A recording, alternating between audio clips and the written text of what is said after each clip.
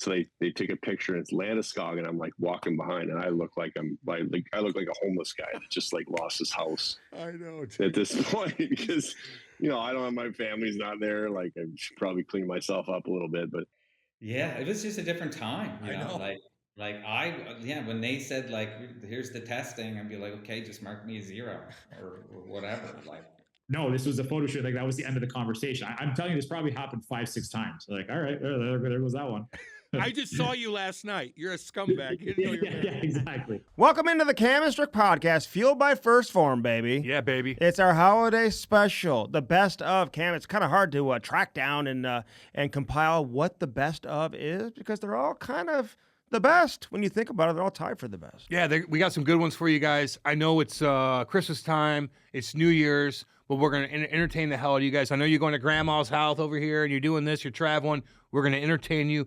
We got so much good content with the best stuff, so check this all out. Do you know the history behind Grandma got ran over by a reindeer? Like why are you? No, the history behind that. Well, like people want to hear the best of, and you're going through bullshit right now. What's We're trying to do a quick favorite intro. Christmas song? My favorite Christmas song is "Oh Holy Night." Oh my God, it's a great one. My favorite Christmas song is "Oh Holy Night." I like the church hymns more than Santa got ran over by a reindeer. No. I hate all that bullshit. I like the church hymns or whatever they're I called. like Siberian Orchestra. Yeah, that's good too. And I like Drummer Boy. Drummer Boy's fine, totally. But I like "Oh Holy Night." It's a sweet song about Jesus. Holy night. That is a great tune. Hey, he talks about Jesus. We should go to dude. church on Christmas Eve. I will. I used to do that in the minors. Me I'd too. go with the religious guys. They come to church with me. All right, come and I would over. do that. Let's go to midnight Man, mass. I'm not No, the temple. no, go to church. Well, what do you I mean? said. Oh, okay. I want to take my kids because I used to love when they had the bells, like the little Yeah, choir. it's They wear cool. like the red. I feel good kinda at church. gowns. At Christmas time, I do. Dude, I feel good. you want to get in the Christmas Makes spirit? me feel good. We're going to midnight mass. Kate can come over, and I'll have a fire going. Man, I'm probably passed. because it's nice. I'm passed out. No. Andy. At midnight. What time does Santa? I can't What stay time does awake. Santa typically come? If I stay awake at midnight, What time does there's Santa? a reason for it, and I can't go What into a time church. does Santa typically come? Typically come. 2 in the morning. That early? 3 in the morning? Yeah. No, you got some shit kickers. All getting these up at 4. reindeer shitting in my yard. I don't But like that. I can't go to. You hear that? No, you have deer shitting in your yard. The reindeer. They shit in my There's yard. no reindeer by you. But I can't go to church at 12 o'clock at What are night. you talking about? Santa comes and he brings the reindeer, dude. Dude, we're not talking to kids, man. Good God. Yes, they are. Jesus Christ. They no, are. like if your kids are listening to this and you're in the car with them, like they can't if they still believe in Santa, they're too young. What's listening. the age requirement? I said 14, motherfuckers. 14. And if your kid's 14 and he believes in Santa, you got your own issues. It's okay if you do. No, I still it's believe. not I okay. still believe in Santa. It's not okay if your kid's 14 years old and he believes in I Santa. still believe that in means Santa. he's in a fairy tale fucking land. Hey, If he thinks that it's fucking fairy I was tale. talking to somebody Figure today that out. who blew their nose like very aggressively. It was like Dude, we're doing an like, intro no, on the right- best stuff. right we in- got to right go. in front of me, like just was blowing their nose, very aggressive, and then he like finished and he had like some stuff going on right here on the side of his face. I didn't say anything. I didn't know what to say. Say, clean your face up. Well, did you say that? Yes. I didn't want to Andy, embarrass him. No. If we're doing this and I'm looking at the camera, if I have something going on, I you would better, tell Dude, if you- you don't do that, I'd cancel the whole thing. Actually, I wouldn't. I'd be tell you. like, you're not doing it. I wouldn't tell you. I'd be like, I'm not doing this. What are the plans for Christmas Day? We're doing an intro Mm-hmm. for. Yeah, I know. Yeah, I but like know. they don't care Okay, right but now. this is the best of. Are you Okay. making your pinwheels? Yeah.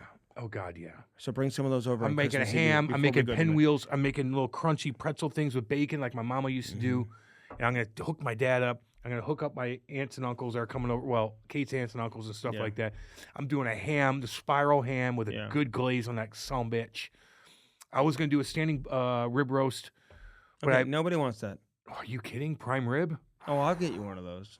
I don't I want. think I have one in my yours. freezer right now, actually. There you go. Nobody leaves my house without a steak. You know that. Yeah. So come It's on good old over. frozen steaks. Hey, listen, man. We can't thank you enough. we love though. you guys, We love man. all our I hope you guys have an listeners. awesome Christmas. Everybody. and New Year's. Support all our sponsors. Of Yep. course, firstform.com/Cam and Strick. Test on Roofing. testonroofing.com. The Illinois Recovery Center, 1-888-743-0971. We're thinking about all y'all that are dealing with specific issues this holiday season. Don't go to Seth, get a spark, stay away from that hockey shop to get your skates sharpened. Hey, try to be risk stress-free. the tournament. Go to Sparks. Yeah. Sparkshockey.com. Sparkshockey.com. Get yourself a new Sparks. Use that promo code Cam and Strick. It's going to save you more money than Black Friday and Cyber Monday. And, of course, Bellman. At Bellman, there's no swinging dicks, and you get sushi and flavored water and all that type of stuff. So, yeah. And all you guys that are Bellman.com. In Troy, Buick GMC, Chrysler Dodge Jeep Ram. And all you guys that are busting their ass out there, man, trying to make your kids happy, just remember when you sit down with your lovely wife and you have your coffee on Christmas morning, after you guys been fighting, thankful. you've been busting your ass, you've been working overtime, driving 12 hours straight to get the fucking product to where it needs to be. That's right. Just remember, you're going to see your kids and they're going to have a smile on their face. It's all going to be worth it. You guys are busting your ass. We all think about you blue collar sons of bitches out there. We love you. Merry Christmas to all you guys. We love you, man. Stop saying blue collar. Because the wealthy people aren't stressed out.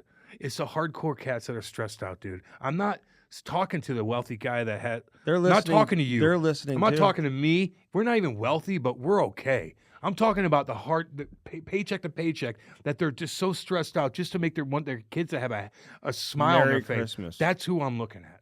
Because everybody else is okay. We have all types of people that are listening. Yeah, I know, but I'm speaking to them right now. Okay. We're okay, Andy. Like, we're okay. You're okay. I'm okay. Oh, But holy night. Merry Christmas, everybody. We love you guys. But I'm curious, when you found out you were going to be the captain of the 1980 team, like, did Herb Brooks call you in? Like, how was that decision made? Like, how early before the tournament did you find out you were going to be the, wearing the C? Well, it's right when we got back from Europe, so I think that would have been January. Let me see. Probably September, October.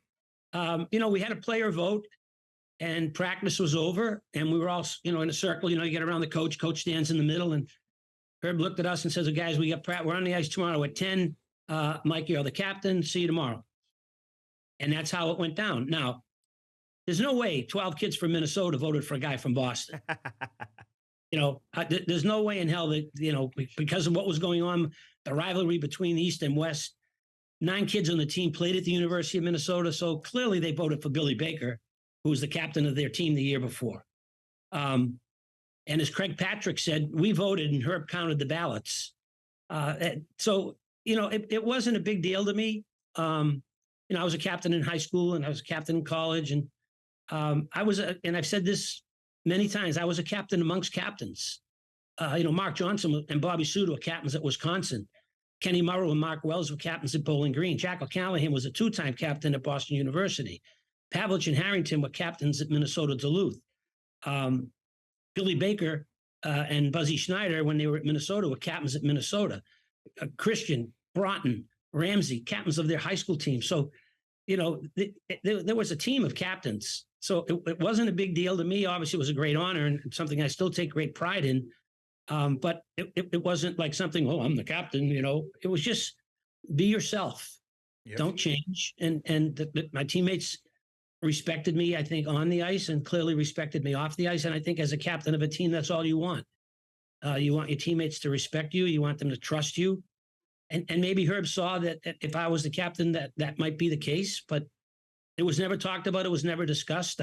I think my dad was happier than I was. How did the movie portray Herb Brooks? Was it accurate, in your opinion, on all the little mannerisms he did in the movie? Well, first of all, Kurt Russell was amazing. Yep. I mean, it was eerie watching him. When we went to the premiere in L.A., I was sitting with Herb's wife and daughter and son, and when Herb came on the screen for the first time, Herb's wife went, "Oh my God, it's him."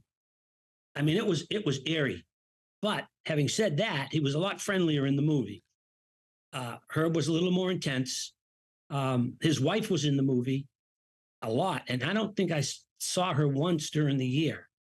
So, I've always told people it was really the Herb Brooks story, and we're a part of it. But I thought the movie was fine. I mean, a little Hollywoodish here and there. Mark Johnson should have been mentioned more in the movie because if it wasn't for Mark, we don't win. He was that important to our team. Kenny Morrow was a great defenseman, not even mentioned in the movie. Yeah. And when you see the movie, the guy playing Kenny shoots the wrong way. I think Kenny was a left shot and the guy shot right, trying to figure that out. Really? Was Kenny pissed about that? Yeah. So it was pretty funny when we saw the movie. Then here we are at the premiere and we're all spread out in the theater, right? because we didn't know this. They were showing it to us before they showed it that night to everybody else. And we didn't know what was going to be said. Nobody interviewed me. I didn't talk to anybody. So we're kind of watching the movie, wondering where they're going with it, rather than, sitting down and watching a movie. Halfway through the movie, Kenny Morrow, who's as quiet can be, steps up in the theater and he goes, "Hey, was I even on this effing team?" And we just about lost it. And Kenny just sat down and we watched the rest of the movie. But it was done well. I mean, I think the HBO documentary might be a little better. And that's, I think, how the movie came about. I think, Disney saw the HBO documentary and said, this got to be a movie and not just a 30-minute segment. Well, every youth hockey team, every junior team, they're watching that on the bus. Kenny Morrow, by the way, lives in Kansas City. He's here in St. Louis all the time watching games. I've gotten to know him really well. Yeah, so he scouts for the Islanders. Yeah. I can't see him standing up and saying that. It's amazing that he did that. But, what in the movie, in terms of the most popular scenes, whether it's Mike Eruzione, Boston University, Herb Brooks on the ice saying again, and, skating the hell out of you guys, coming back on the ice after a game. Did all of that happen? Is there anything that was just completely out of the blue, fabricated, that it just never happened? No, well, we skated. We played Norway. The game ended in a 3-3 tie. Only 16 of us dressed that night. There were 26 players on the team at that point. Nobody had got cut from the team yet. So the other 10 guys were in the stands. Buzzy Schneider got thrown out for fighting. So there were 15 of us left. And the game ended in a tie. And Herb obviously wasn't very happy with the way we played and came out on the ice and proceeded to put us through the drills. We called them Herbies. And suicide gassers, whatever they call them today. Mm-hmm. And we didn't do them 15 at a time. We did them 5 at a time, or maybe 6 because the 2 goalies were there. And we'd do them for about 15 minutes. And then we'd stretch. Then he blew the whistle and we went again.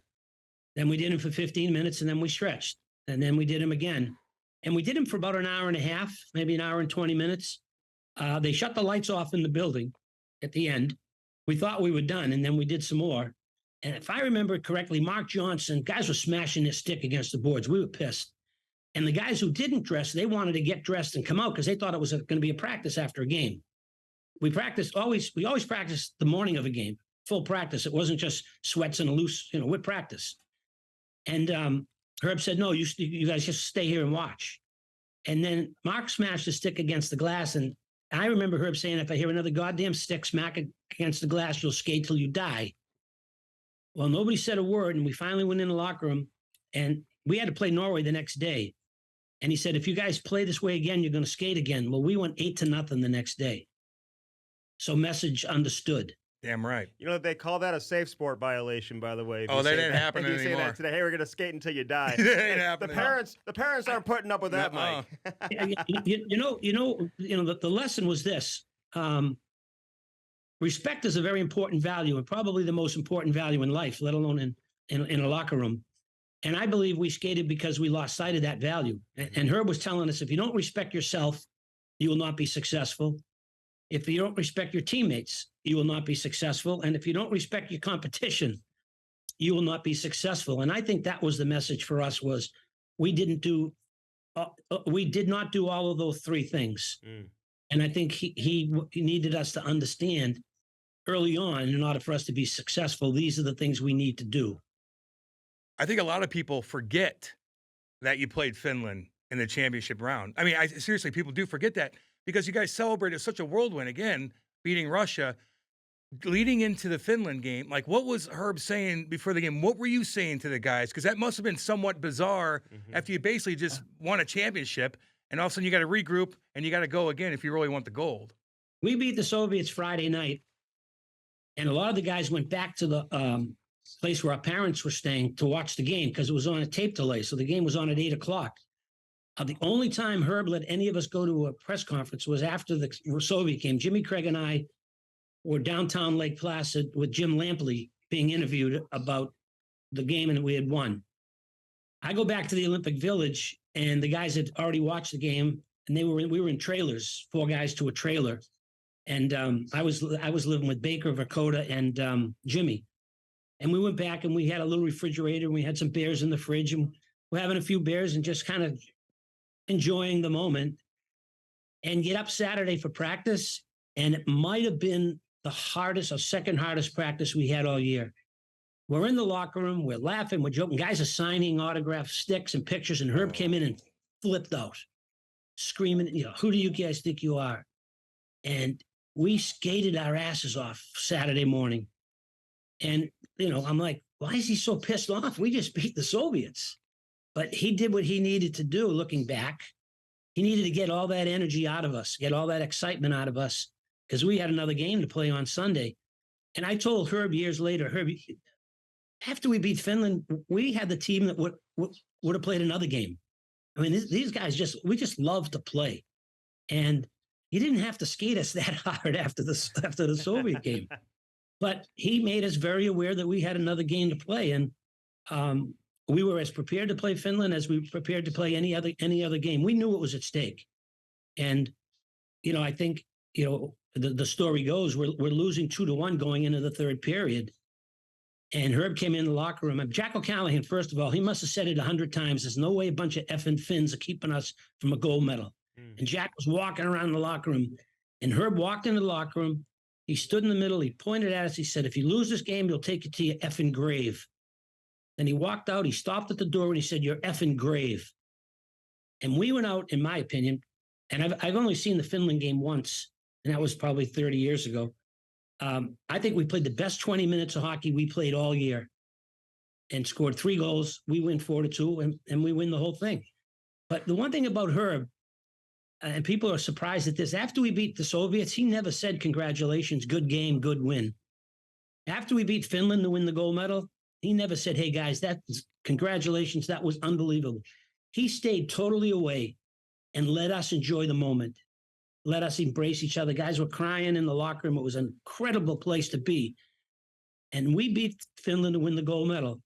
And all of a sudden, Herb calls me into the shower area. And he says, I just got a call from the White House. President Carter is sending Air Force One, or one of the planes, to take all the Olympians to Washington for celebration at 6 a.m. I want you to make sure that nobody acts up and stays out late tonight. I looked at him. I said, who's going to watch me? But, we stayed out pretty much all night. Mm-hmm. Again, I tell you the story because it goes back to respect. Herb was telling us, respect your success, respect your accomplishment, respect all the work that you put in individually and we put in collectively. Don't do something to take away from that. So he stayed so prepared and so focused from beginning to end. He never went on the ice and celebrated with us. He never told us congratulations. He let us enjoy the moment up until even when he passed. We had events that we would go to, a Wheaties, General Mills, a bunch of the guys in the team. Herb never came. He stayed away and then maybe called me a couple of days later and say, hey, what was the event like? Why don't you come to one of these? Nope. This is your moment. This is your team.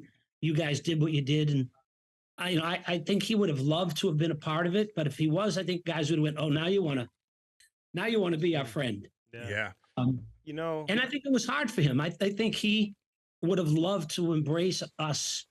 Although, he coached 9 of the kids at the university, so he kind of knew them. I've said many times, if it wasn't for Craig Patrick, who knows how we would have done. Craig was, good cop, bad cop. And Craig was an important part of our success, just to have somebody we could kind of talk to sometimes. So, all right, as the story goes, Vladislav Tretiak, widely considered probably the best goaltender in the world at the time, gets pulled after the first period.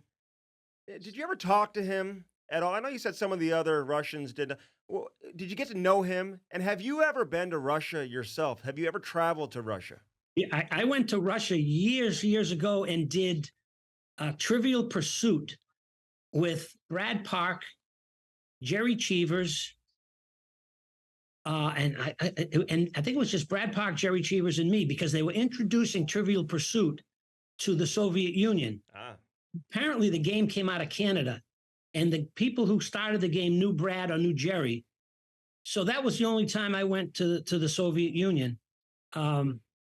It's not talked about in the Soviet Union. It's like the event never happened.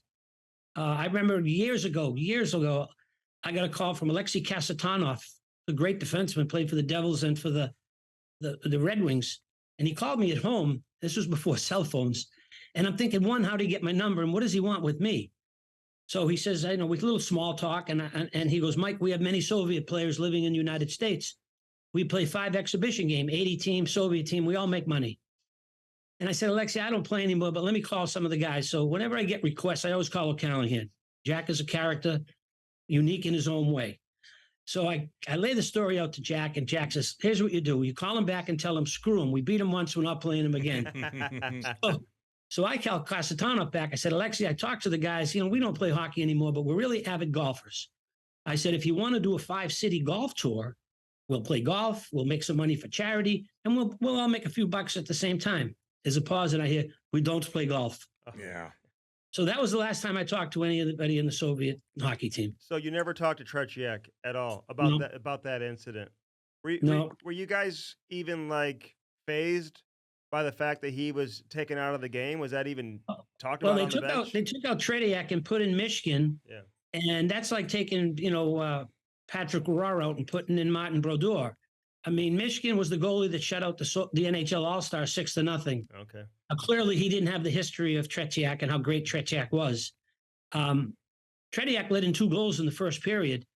And, years later, you wonder, hey, maybe he was having a bad game. We've seen every great athlete sometimes isn't on their best. And the other goalie let in 2 in 2 periods. But we would never, when they pulled Tretiak, it wasn't like, hey, guys, Tretiak's not playing. It was like we were never, and this is why I think Herb was a great coach. We were never concerned about other teams and what they were doing. We were only concerned about ourselves. And in the movie, you see Herb a lot on the bench saying, play your game, play your game. That's how we played the whole Olympic Games. We were never concerned about other teams. This is the way we needed to play in order to win. We can't all of a sudden change and do something different because we've been successful playing the way we were playing. Now, if we fell behind by 3 or 4 goals, maybe we would have done something different. But the fact that the games we played, we were in every single one of them, no reason to do anything different and worry about what they're doing. Let's continue to do what we were doing, which was playing pretty damn good hockey. And I'm going to give you a statistic, and I didn't know this until about maybe 2-3 years ago. In the 3rd period of the Olympics, we outscored our opponent 17-3. That is an unbelievable statistic. Hell yeah. In a 2-week period of time, that's those Herbies and that conditioning. And every teammate I played with said the best shape they were ever in was the 6 months playing under Herb. And I think the conditioning in our youth, you got to remember, our average age was only 22, 21 and a half. And Buzzy Schneider and I were 25. We would be the youngest team in college hockey today. Wow. Well, at 20, because all these guys get 22-year-old freshmen nowadays. 21-year-old. Right. Yeah, it's a very different. And that's a whole different subject. Yeah, it's funny. It's funny you say that. Go ahead. Sorry. We dominated teams in the 3rd period, and like I said, that's an incredible statistic. We were trailing Sweden, we were trailing Norway. No, we were trailing Sweden, we were trailing Czechoslovakia, we were trailing Norway, we were trailing West Germany by 2 goals. We were trailing the Soviets throughout the game, and we were trailing Finland, and came back and won all those games. So I think it's a thing that hockey players know. That just tells you how good we were as a hockey team. To be able to under the gun, being so young and playing your best hockey when you're behind, I think that speaks volumes of the type of players that we had. It's interesting. I had a player tell me the other day, because John Tortorella is known for his hard training camps. Oh, yeah. And the player said the other day, he goes, that's why Philadelphia got off to a great start last season and why they're off to a great start this season, because they've got their hardest training camps. They're ready to go before everybody else, and then it's only a matter of time before they fall off. Who knows how that plays out. Hey, the movie Miracle, though, did you guys make money on it? Okay. Yeah, I think each guy, when the smoke cleared, I think we all got like $80,000 or $85,000. I mean, Disney probably made about $20 million. Yeah. We got 85,000, but it was. I donated last night. I watched it again last night, so I donated some more. Hey, let me ask you though, like, you play hockey long enough, and you're in an important game, and you're up by a goal, and you got 10 minutes to play. That 10 minutes is like 4 hours. Like, how was that? You're up. Are you just staring at the damn clock the whole time? Like, I mean, what was it like on the bench and playing? Well, you know what? We played 4 lines. We never wavered from 4 lines. And And at one point, if I remember, we could play 4 lines in a minute and 30 seconds. I mean, your shifts were maybe 15 to 20 seconds max. Wow. Maybe Magic, maybe Mark would stay out a little longer because he was so good and needed him out there. But we just kept rolling. We just kept rolling. And, I've only seen the Soviet game twice, maybe 3 times. And I haven't seen it in maybe 10 years. And when I watched the game, and this was something I didn't know because you're playing the game. In the last 10 minutes of the game, the Soviets had 7 shots on goal. In the movie Miracle, it's like, we're not even defending. Yeah. And we kind of shut them down in the third after I scored, and they started doing things. They were dumping the puck in the zone. Soviets never dumped the puck in the zone. They regroup and throw it back and crisscross and do everything. So I think we kind of got them off their game.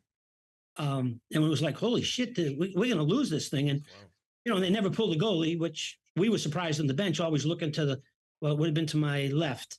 When's he coming? When's he coming? And they never pulled him. And maybe because they'd never been behind before. Well, they never pulled the goalie. Yeah, that's right. Terrible coaching, Mike. Yeah. I mean, how do you not do that? Hey, listen, what kind of role do you think Al Michaels has played in how the entire achievement has been commercialized and the whole mantra behind Miracle? I mean, just think if he never said, "Do you believe in miracles?" What would be different today if he never said that? Well, we wouldn't be saying it. Maybe he would have said, this is an impossible victory. Who knows what he would have said? But, Al has been a very close guy on our team. When we have team functions, we always invite Al. He says he's our mascot. He's our team mascot. But yeah, it was I thought what he said after we beat the Finland game, this impossible dream comes true. I thought that was a great line, but everybody still talks about the Soviet game. If put it this way, we were just talking about it. If we don't beat Finland, we're not having this conversation. I know. People would come up to me and say, geez, Mike, if he only could have beat Finland to win the gold medal. Yep. And there's a chance if we don't beat Finland, we could have come in 4th place and not even won a medal because there was a point situation then. It wasn't a gold medal game. You carried points into the semifinals and the finals. So the Finland game was by far the biggest game we would play. Wow. What was the Olympic Village like when you guys get done with Finland? You guys cruising around saying, hey, we're high-fiving everybody. The girls are probably coming up to you. That must have been unbelievable. Where's There the were figure? signs. Where's the figure skaters? Where the figure skaters at? Yeah, the Swedish bobsledders. Yeah, they'll find you. They're going to find you. There were signs in all different languages in the Olympic Village congratulating us on winning. It was pretty cool. But if it happens, I would be happy to entertain an opportunity to coach somewhere in the show. He is jacked. He is, man. I like your attitude. No, absolutely. That's the attitude you have to. So how did it all go down? I mean, did you know the phone call you get that's probably at a weird time of the day, and you're like, okay, what's this all about? So how did it go down? Yeah, so we left the rink, and it's been documented. I'll tell you, we had lost to Detroit. We get back, and I'll tell you the whole scenario because I haven't really told anybody this part. But we were like, what do we do tomorrow? We've got to try to do something different. So as you guys know, as hockey people, we brought them in, said, everybody come to the rink. They probably expected us to get on the ice and bag skate and whatever. Said, we're going to do an active stretch with our strength and fitness guy. We set up the ping pong table. We're going to pick teams. We're going to do a ping pong tournament. We've got a nice lunch prepared. The coaches, we watched every single shift of the hockey game. And a lot of times we just go off into our little pockets, and one guy watches PP, PK, O zone, D zone. I said, I want to watch the whole game, figure out what's going on here. So we went through the process, and it was like in the video guy, Jonas Plum was clipping as we were going, and we were playing slow. So we put all these clips together. I had like 35, 40 clips, and I weeded them down after practice of us playing fast. So we leave. I left the rink. I said to the guys are all still there. I go, guys, let's get out of here. We've been here all day. Not all day. It was like 1, 2 o'clock. I said, I'm going home, grabbing a nap. I'll see you guys tomorrow. I'm Jack. Let's get it going bright and early tomorrow morning. Get here, take my jeans off and in the bedroom, and I get a call from Billy. And Billy Guerin, and I picked the phone up, and he's like, Dino, can you meet at my office in about 20 minutes?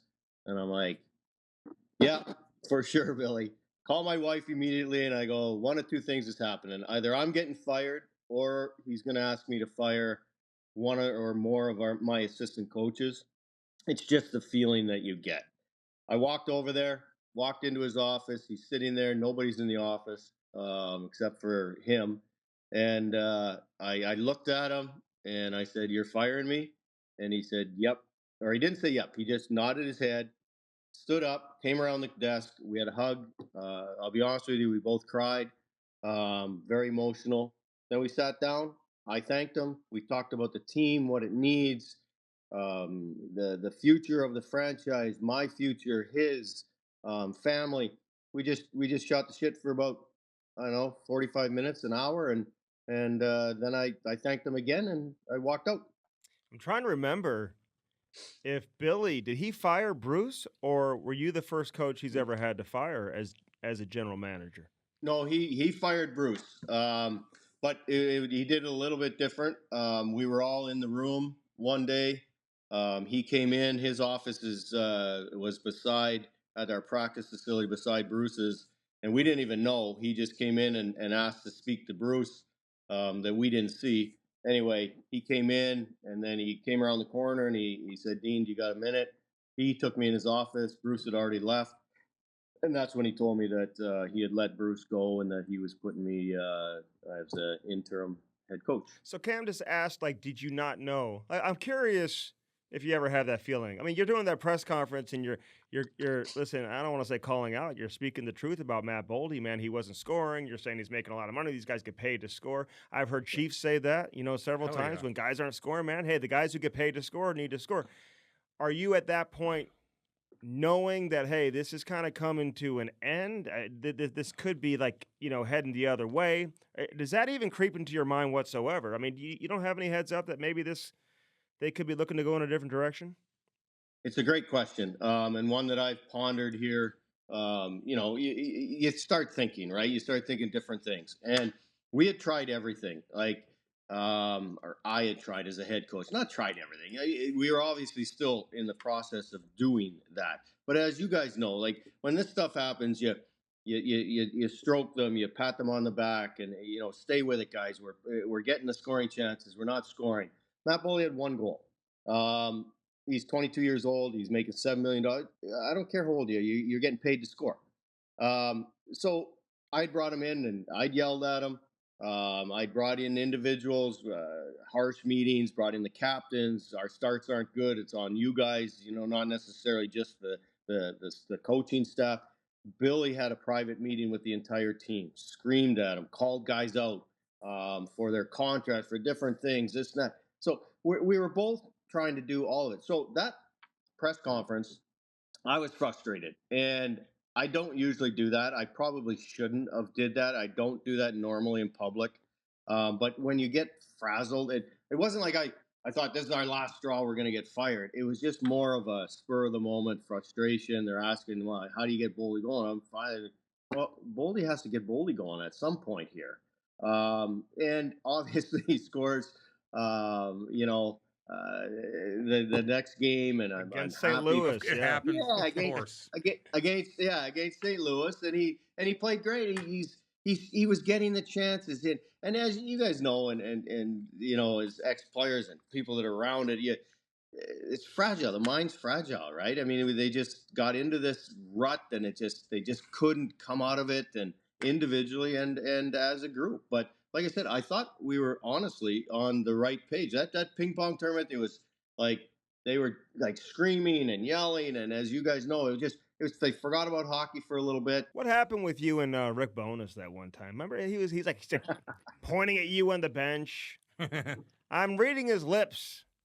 He's like talking about your. Now I'm not a very tall. I'm like 5'11". Oh, he was chirping your height.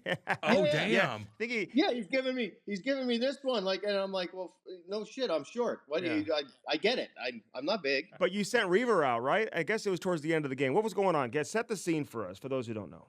Well, They had Ellers had cross-checked Kirill behind the net, and the game was out of hand. They were beating us by a few goals, and it was late in the season, and Hartman reverse hits Ehlers, and then it started this kind of shit show. And so we're killing a penalty, and I think we're killing a penalty. I can't even, but I put Revo on the ice, and and believe me, I've never tapped a guy on the back. I would never ever do that as a coach, because as a player and a guy that fought, if a coach told me to go fight someone, I'd be like, you go freaking fight that guy. Like, so I never tapped the guy, but you do put players in situations to be a calming effect on the game or to be a physical presence on the game. So Revo went out there, and him and Lowry fought, and it was a great fight. Both did really well. And afterwards, or I looked over, and he was just screaming at me, and and he was giving me the, you little shit fuck and or something. yeah. I say it to him all the time. Yeah, which I believe me, I've been called short my entire life. Forget about my career. So it really doesn't hurt me if somebody calls me, small. I am small, and that's what drove me to play in the National Hockey League. But so anyway, it was documented. I've seen the video and stuff, and I'm not going to yell at another coach through two panes of glass. And like, were we going to fight? Like, so I literally just went like this. If you want, just come over. He did the old come on over. Yeah, I didn't yell. I just said, okay, come on over. And then, so funny thing is, and Bones will tell you this too, we had coach GM meetings in Chicago prior to the season, and I hadn't seen him since that incident. And we had a break, and everyone's getting a water or coffee or whatever. And I snuck up beside him, and I'm like, Bones, I said, what the hell was that?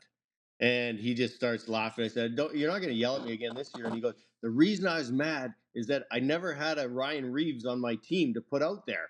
So he's like, so we had a good giggle, and I got a great deal of respect. And to be honest with you, one of the first texts that I got after I got let go was from him. I like that, man. How was your relationship with Reaver? Because I play with. He took my job in St. Louis, so I kind of hate him a little bit, but he's a good dude and he's a tough guy. And little loud. He's chirping a lot of superstars now, and he's kind of getting owned a little bit. But how was your relationship with Reaver? Well, first of all, he took your job because he's not tougher than you, though, right? Cam? I'm 250 now. He could get the puck out. He was better than me. 600 games, man. You can't deny that, dude. He's still grinding it, making some good coin, Yeah, no, and you know what? He's a real good teammate too. He cares about the group.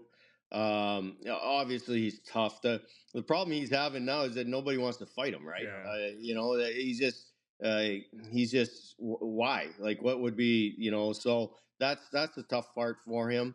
But I have a great deal of respect for anyone that plays in the NHL, but anybody that fights as much as that and has the courage to stand in front of 20,000 people, as you and I know, Cam, it's you have an opportunity to get knocked out and embarrassed and what have you, and if you still do it, takes a lot of courage, and it's still part of the game.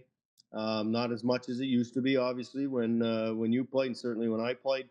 But he's still doing it. And like you said, I got a great deal of respect for him. Yeah, different era. He's not as tough as Cam. A little bit, Right. a little bit of a I'm different better era. looking. But you know what? I give him credit too, man. He's been able to love him. extend his career, and he's still doing his thing, making money. Who was cool on that Vancouver team? Like, were you single? Were you like in the mix? Like, who was your like running partners?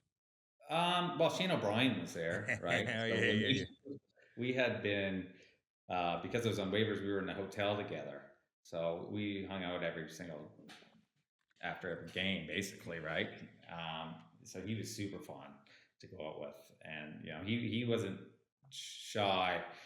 Most times you go out and you're in a Canadian city, you're doing things on the low key, and he was like the exact opposite, right? Like he'd go out and funnel a beer in front of all the fans, right? So yeah, he was a riot. It was a lot of fun. But like Yeah, when you Darcy guys, Hordichuk was there. I sat beside Darcy Hordichuk. oh yeah, Hordy too. The We whole just had time him. there. He was always coming up with funny things. So when you guys like the coach and everybody knew, like if you and Shane hung out the night before and you walk in, like they're like evaluating you too everywhere you go, right? Like what do these guys do? Like, you know, I get the feeling, right? Like, I mean, every time you walk in the locker room, like we gotta freshen up a little bit because they know we probably went out. Yeah, well, the thing was, is Shane was so obvious about it when he went in the next day that there wasn't like questions or anything. Like it wasn't. He was really funny that way. Like he would even show up late, and like everybody knew, but everybody liked it because we needed that on the team, and they had even said that's why they brought in Hordichuk and O'Brien and some other guys because. It might have been a little too nerdy on the team, and they were like, "Hey, like we got to bring in some guys that bring some little more to the season, right?" I get So, you, man. but they were everybody was cool about everything there. Like, yeah, I'd say all the leaders of the team would come up and ask, like, "How was a night out?" or something, right? Like it was very much like that. Compare playing in Toronto versus playing in Vancouver. Like two major Canadian cities. They get a lot of attention, a lot of controversy, headlines galore. I mean, which place is easier to hide and which place do you think is easier to play from a privacy standpoint? Well, Vancouver's much easier. It's a small town, and the hockey fans that are the hockey fans would just say hi and leave you alone and not really want to have conversations too much, right? And if they did, it was appropriate. Where I think in Toronto, it's such a big city, 4 million people, and they're just gigantic Leaf fans that if they randomly saw you, they would just have to talk to you about the Leafs and give their opinion on other teammates and say like that guy's not playing good or this that, and you'd be like, hey, that's my buddy. Like, what do you like? What do you think? Why are you telling me you don't like this guy on the team? Like, beat it, buddy. So yeah, it was interesting.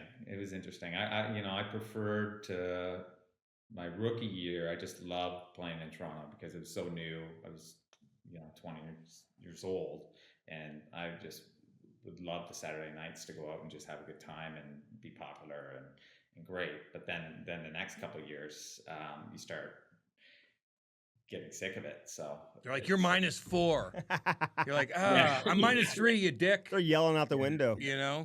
Yeah, exactly. Hey, but what about like, okay, so it's sometimes a pain in the ass to play for the Leafs. Okay, I get that. But you are in the spotlight, and even after your career, I'm sure you can go back there and like do an autograph session and probably make 10 G's. You know what I mean? Like, there's a lot of opportunity as well, right? Yeah, I think I haven't really been back to do anything like that in Toronto. I know the alumni there probably have so much to do. They don't really reach out, but in Vancouver we do a lot of alumni stuff. You wouldn't get paid in Vancouver for things. People have already seen you so many times that it's not really a big deal. But in Toronto, with all the little communities all around that are huge hockey fans, if you're going to go visit, Barrie or Mississauga or all those towns around there, then yeah, you could probably do autographs. But I don't know if I'd enjoy that. So it's an hour. You just get it done, and then you'll be all right. Yeah. Hey, who was your GM there? Was it Berkey or was it Mike Gillis at that time? In Vancouver we had Gillis. Yeah, okay. And then in Toronto we had Pat Quinn and then Ferguson. Okay. Okay. Ferguson Jr. Yeah. So you were there when Luongo was there, though. Was he the captain already, or was he not the captain of the team? He was the captain, and a few of us didn't really believe it because the French. I just got there. I was sitting beside Hordichuk, and Dimitri was there, and some other guys that were, they came in the room, and because you got the Sedins there, you got, BX, Willie Mitchell, Kessler, you got some decent leaders there, right? And when they came in the room and said, and it was Vigneault, and there's this French connection in the locker room too. We had some French guys, and when he said like, "Oh, the captain's Luongo," like me and Hordichuk weren't quite sure if he was serious or not because we hadn't had a goalie captain, right? But yeah, he was named captain. Yeah, it was quite interesting. What about Kessler?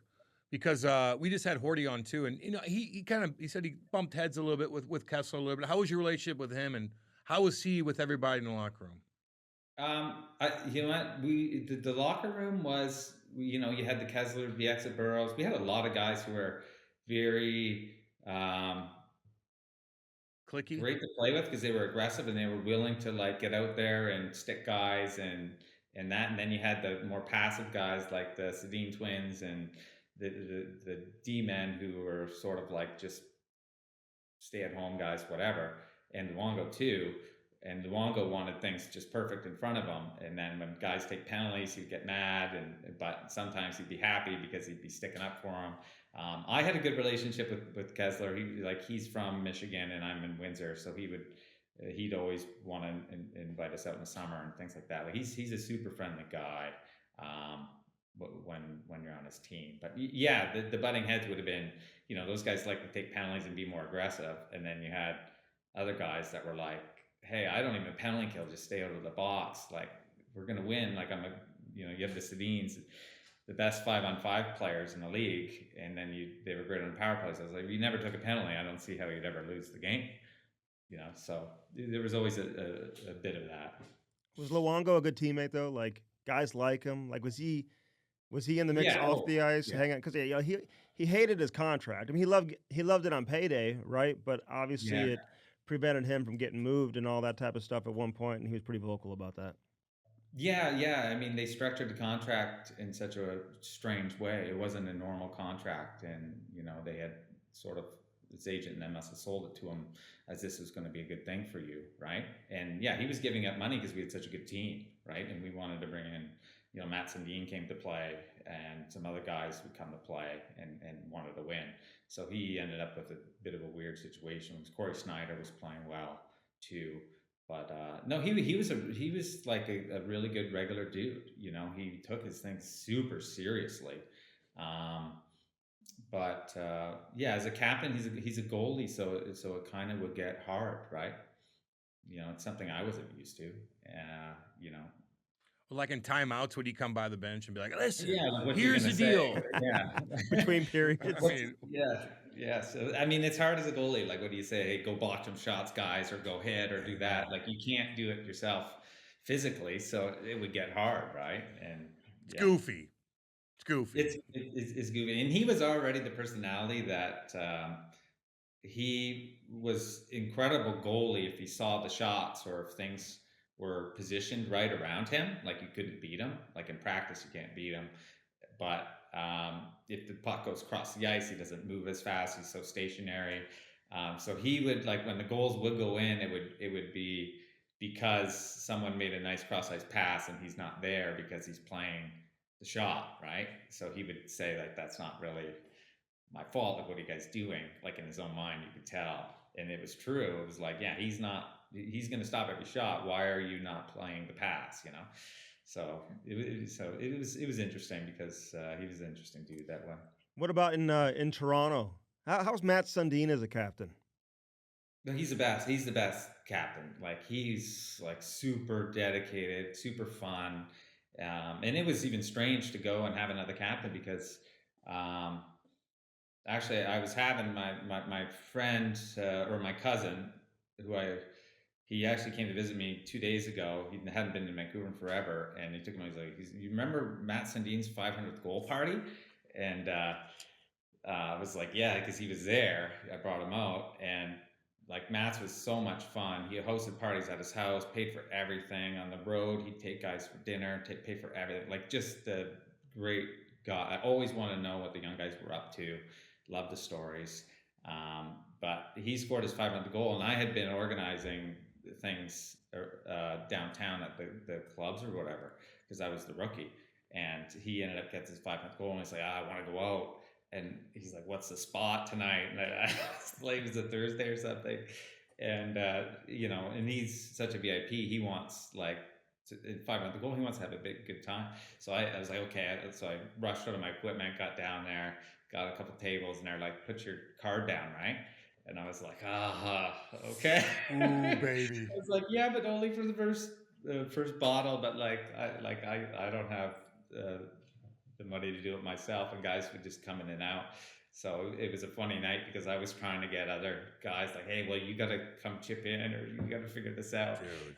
And the guys weren't budging, and they were laughing at me. And so I ended up having to tell the server, like, hey, like, you got to get it from Matt's. Like, I can't cover this bill, like whatever it was going to be. And yeah, my cousin was laughing at me that it was cheap. So I was like, I couldn't carry the whole tab that night. But yeah, he'd come out and only have a couple beers, Matt's too, right? But he wanted the whole show with the multiple tables and the bouncers not letting people in and all that. So he ended up having to pay for most of it. For his own 500 goal party, Yeah, he's paying yeah. for it. Oh yeah. Well, He's a big dog. Who are the other big dogs? Who else was making money on that team? Oh, lots of guys were making money. I think we had, McCabe was there making decent money. The goalies were making decent money. Belfour was there. He ain't paying. Belfour's like, I'm out of here. You drink my whiskey. He's like, well, I'm not saying he's cheap, but he's Eddie Belfour. He's like, somebody else is paying for it. I'm here for the party, Yeah. That had to be fun playing with him, man. He's such a legend. Not everybody went out for the 500 goal party because it was a Thursday, right? So yeah. So, who wasn't good to you? Like, did anybody, even when you were young, did anybody like, hey, you need to start working harder, and just like you kind of butted heads with as far as like an older guy? You are out of shape. Yeah, like you're out of shape. I'm going to evaluate your body. Oh, yeah, for sure. I think even at Leafs camp, my first year, there was a lot of the older guys because we were fighting for jobs, right? And, I played on the fourth line. So I was fighting for jobs with some older guys at camp, and they were like, you're never going to make it, and things like that, right? Which, of course, when I walked in the locker room, Cam would have saw me. He wouldn't have guessed, like, is this a trainer? Like, what's this guy doing, So you toe dragged me. Yeah. I didn't even pay attention. I didn't care at all. Like, I wasn't even paying attention, so. Hey, did you really practice one time with two right skates? Yeah, a couple times even. Yeah. Yeah. Like, he had two pairs. He had two pairs of skates, and when he had to practice somewhere else, you'd have to bring him on the bus or whatnot. And yeah, I was out to lunch. I'll tell you that when it was practice and they said like it's going to be somewhere else. Yeah. Like I was so out to lunch and didn't want to be there. I was just like, oh my goodness, where are we going? Like, get all your gear on. We got to go practice for 25 minutes. And it was like, yeah, I was like, okay, like, sure. And then packing my gear, I wasn't paying attention half the time. Dude, I remember, in juniors though, and like nothing, it's like Mike Kelly and the Windsor Spitfires. But when you know you're gone the next year and you're probably going to make the American League, like you kind of can do what you want in juniors at that point and at that early 2000s, as you know, and I know. But I remember one time, man, I think you were sick and in Windsor, and then we're getting on the bus to go out of town and we're driving by and I see you driving with your buddies in your little BMW driving around. We're like, there goes Willie. Oh, yeah. You remember that little BMW you had in Windsor? It was hilarious, dude. Yeah, because I remember pulling up next to you all the time in your white SUV. As a teenager, Cam had this, I don't know, it was a Lincoln Navigator or a Chevy Tahoe or like a really nice white SUV. He had a signing bonus from New Jersey, and he had the nicest car on the team. And everybody else had, an older vehicle, and Cam had the really nice one that could fit like 6 or 7 people. That money's gone, by the way. All that's it's been gone for a long time. Hey, because the story was like you guys had to like get dressed and then get on a bus to go practice at a different rink, so you had to bring your skates with you, and you just happened to bring two right skates. He didn't bring a right and a left. You brought two rights, and people were like amazed that it didn't even phase you. You just put them both on and I went out and practiced with them. It hurt. But it was funny. Like guys were loving it, right? Oh yeah. And they were like, "Are you going to do it?" I'm like, "Yeah." I'm like, well, "We're here. Like, I'm going to put on the two same side skates." whatever. It hurt, and I couldn't go very fast.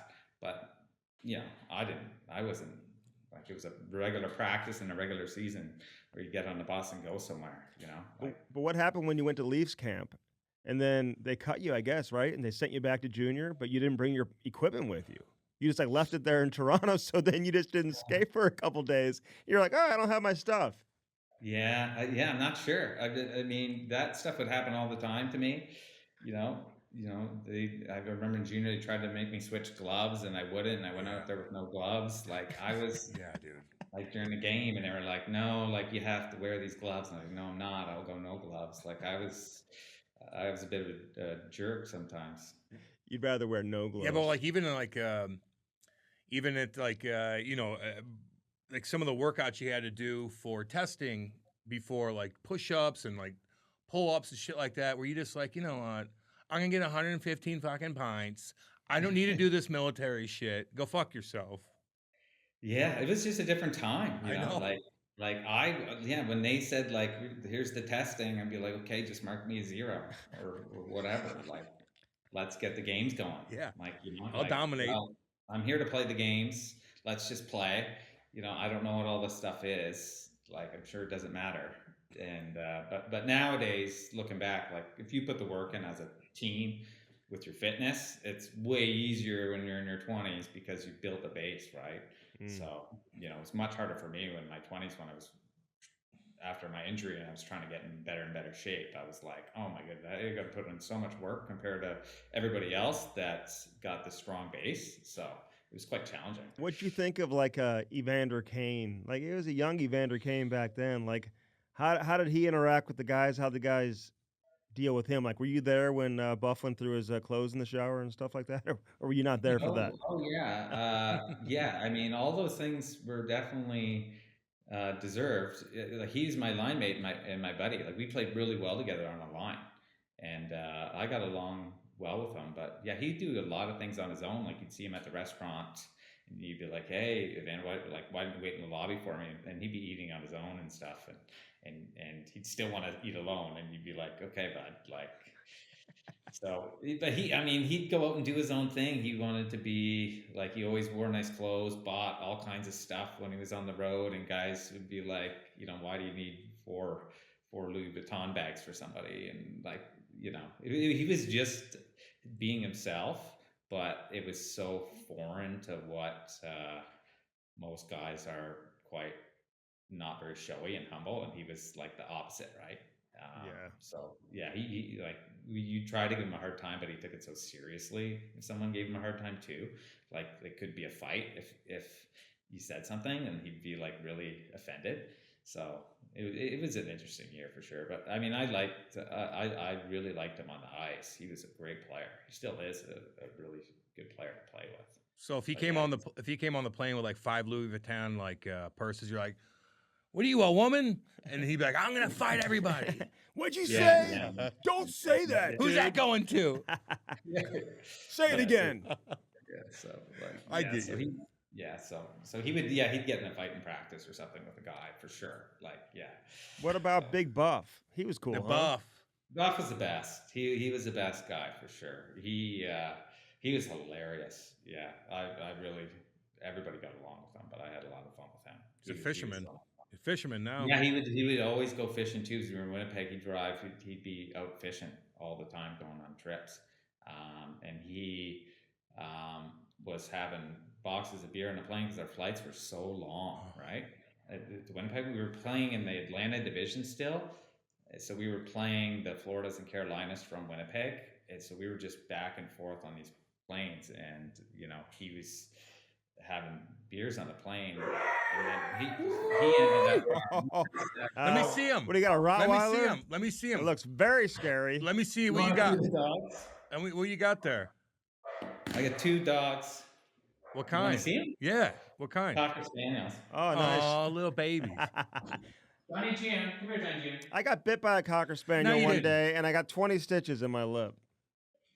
From who? A Cocker Spaniel? Yeah, a Cocker Spaniel bit me in the lip. A Cocker Spaniel would bite stitches, you. dude. That's what you would get bit by, a Cocker Spaniel. That don't bite anybody. Didn't miss a game. No, you didn't miss an interview. Hi, look at the little one. Miss an interview.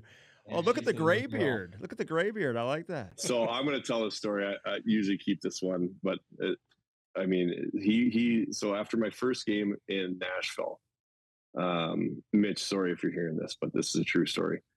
I played awful. I was, first time I ever been traded. I was super nervous, didn't know how to handle it. We were in Nashville and we lost 5-4 to Colorado, and I didn't play well. Let in 2 goals that should not have gone in. And just was bummed in the dressing room because you got a new team. You want the guys to be happy that you're there, not be upset with you. And so I'm sitting in my stall, everyone's gone, and I'm just kind of sitting there staring at the floor, and Mitch comes over and he starts pacing in front of me back and forth. And he starts naming other goalies in the league. And he's like, Sergei Bobrovsky, quick and powerful. You, not quick and powerful. And like I'm like in my lowest spot right now. Corey Crawford, quick and powerful. You, not quick and powerful. And he did like 7 or 8 goalies, and I was like, okay, I think I got the point here. Like, are we gonna go through the whole league? That's brutal. I know he's got a incredible reputation too. Like he's like the goalie guru, right? I mean, Mitch Korn, people like credit him with a lot of, reviving guys' careers and helping guys get to that next level. So your experience with him wasn't as good as it was for a lot of other people. That's interesting, man. No, and I mean, there's always going to be, goalie coaches aren't going to mesh with everyone perfectly. Yeah. I've talked to him since. Everything's good, but yeah, certainly jumped on me at a point when I wasn't ready to be jumped on. Yeah, no, it's good, man. It's interesting. Beat you when you're down. Hey, how are guys? Yeah, it was a beatdown for 2 months too until I got traded. How are guys like Suter and Parisi like in the locker room? I just felt like it's just interesting on the outside looking in. I feel like when Billy G took over, that was like priority number 1. We got to move on from these guys, and the team obviously has had some success since they left. Like, have they taken too much heat? Did they deserve the heat? Did they run the room? Were they too big of personalities to have both of them there at the same time? Like, how do you look at it? Not at all. I'm good friends with Zach, and he's an amazing person. Yeah. I know Suits well too. They're 2 very different people. Yeah. But I think that a lot of that is speculation. Mm-hmm. I think it was just one of those times where it was a change needed to happen. And that's not a change from those guys, but it's like a rebuild without being a rebuild. Yeah. Right. It had been a long time. And they wanted to go younger, do whatever they wanted to do. And I think that people are looking way too much into their personalities and like what was happening in the room. Personally, Mm-hmm. I love Zach. Like I said, he's one of my really good buddies. And I think he got a bad, even when I was gone from there and talking to it, he got a bad rap for things that he shouldn't have got a rap for at all. And Suits is a bold personality, but again, he's a good guy. He's fine. Everyone likes to tell stories and like make up things that are going on. I think it was just time to move on and they want to get Spurge comes in as a captain and you got Kaprizov, and it's just a different group. But you look at, Suits is playing great in Dallas, Yeah. and as Zach, scored 21 or 22 goals last year, and it was a great part of that team. And everyone you talk to says the same thing. I think it's just, it's one of those things. You're in Minnesota. Everything gets talked about a lot. I think it was more a time for change rather than like those guys were not cancers in the room. Mm-hmm. From my experience being there at all. Yeah, Jared Spurgeon, man, he's underrated. I know he's got dealing with some injury and stuff like that, but even when Mike Yeo came to St. Louis, like we'd even talk privately, like, hey, who's the best defenseman in Minnesota? He'd say Jared Spurgeon. He's our number 1 D-man. So I don't know if you agree with that. They were playing in front of you, so I don't know if you felt the same way, but man, I've always liked him, underrated. No, he's Mr. Reliable. Yeah. I played against him in junior too. I remember chirping him in junior when he was in Spokane. I asked if I said, I thought you had to be 16 to play in this league. He still looks like he's 14. He does. He looked like he was 10 at the time. Hey, did you have a temper? Like, would you Yeah, I was ever gonna ask like that. lose your mind? There's a great highlight of like, slashing like Anders Lee and stuff like that. You got to hold Yeah, I him was pretty an good, idiot. man. You got to hold him pretty good on that one. Yeah, I got a lot of dumbass clips like that. Yeah, I had a temper. It went away actually. The older I got, the more calm I got, sort of. But my dad always taught me. My dad was a goalie, and he's always like, if someone will stand in front of you, hack the shit out of them. Like, this just Hell yeah. it's just what you do. And so that's just like from when I started playing goal when I was like 10 years old. Someone stands in front of me, I'm whacking them. I'm gonna hit them in the back. I'm gonna hit them in the back of the legs. And so I just always did it continuously. And it's funny. My first game ever in the WHL, I was 15. I was like 6'5", weighed $157 probably. I looked like an alien. And I don't know if Cam, if you remember the Lynch brothers, I think there was 5 of them that played in the Western League. Yeah. And a few of them played pro. Yeah, I've Doug heard Lynch. that. Yeah, there was. Yeah. Doug Lynch, So one man, of he them was traded. He was in the Pronger deal, I believe, man. When he I think so, from yes. Edmonton, he came. He was supposed to be like the big dog in the trade. Jeff Wawicka also. Oh, came that's over, right. man. That's right. And Eric Brewer came. Yes. Yep. And so there were 5 of them in the league, and I was 15. First game in Vancouver, like first shift, and he's standing in front of me, and I hit him so hard in the back of the legs because that's just what I thought I should do. And he turned around, full beard, grown man, and I was like 150 pounds, and he goes, "Touch me again, I'll rip your fucking head off." Ooh. And I was like, "Yes, sir. Won't happen again. My apologies." Damn right. Maybe we're not talking about the same Doug Lynch. Yeah, I think this No, guy's this a was killer. not Doug. This is Oh. not Doug. There was like 5 of them in I the league. got They're all you. killers. This Yeah, is one of the Lynch Yeah. brothers. yeah. Because Jamal No, Mayers. Doug I think was a D man. Yeah, he was. And he and Jamal Mayers got in a training camp fight back when they had training camp fights, and Jammer opened him up pretty good under his eye. He had really? a big black eye, and he was all cut up. Yeah. No, this is not Doug. This is one of the other boys. Is But yeah, and then I got, it's funny, I got into it with Landeskog the one time. Everyone always asks me about that because I ended up being, he's probably one of the best captains I've ever had. I mean, the guy's incredible. Yeah. And he was one of my best buddies when I got traded to Colorado. But I could not stand playing against him. And he just he drove me nuts. And you watch the clip and everyone's like, well, why'd you slash him? Like I whack him and then we kind of get into it and go behind the net. Nothing really happens, but and I'm like, I just saw 92 and my wires crossed and I just started swinging my stick. Like he didn't even do anything. He didn't bump me. I just saw 92 and started swinging. I'd be pissed at him too. He's got a little bit of everything. He's got beautiful hair. He's probably a model. Honestly, He's like, there's Dude, nothing bad about he's him.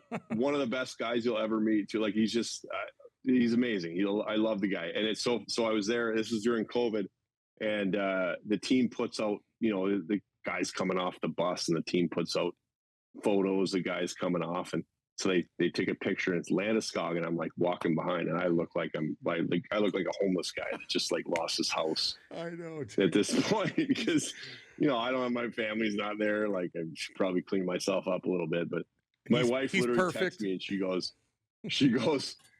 you should probably not get off the bus behind him anymore. I know. And she's not even being mean. She's dead serious. She's like, just stay away from Gabe Yeah. because guy looks like a GQ model He does, man. coming off the bus. And he's tough.